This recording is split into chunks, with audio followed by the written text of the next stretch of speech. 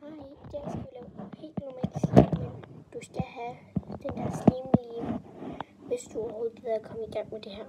Okay, så alt du skal bruge er shaving cream, barberskum, den her lim, eller du kan bruge alle andre lim, sådan noget der, og linsevæske, og selvfølgelig en skål og en ske. Du bestemmer selvfølgelig også selv, hvor stor slimen skal være. Så vi starter med at putte limen ned i. Hvis man nu også kan få noget ud.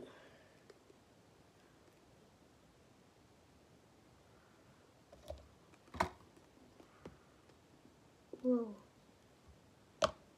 Så tager du din kontaktlinsevæske og sådan tager sådan 4 dråber nogenlunde. Det skal ikke være så meget af det.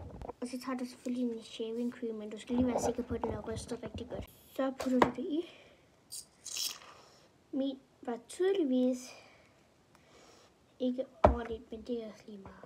Så tager du din ske, og så mixer du det godt rundt.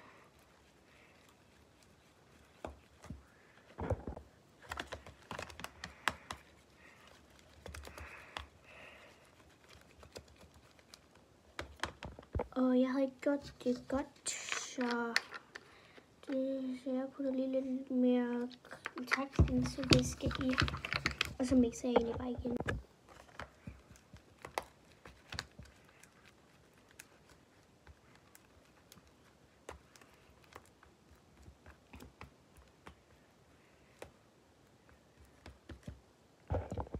Så nu må jeg have glemt, at vi skal have natron også. Så det hen der. Så nu hælder jeg bare natron i, og så mixer jeg.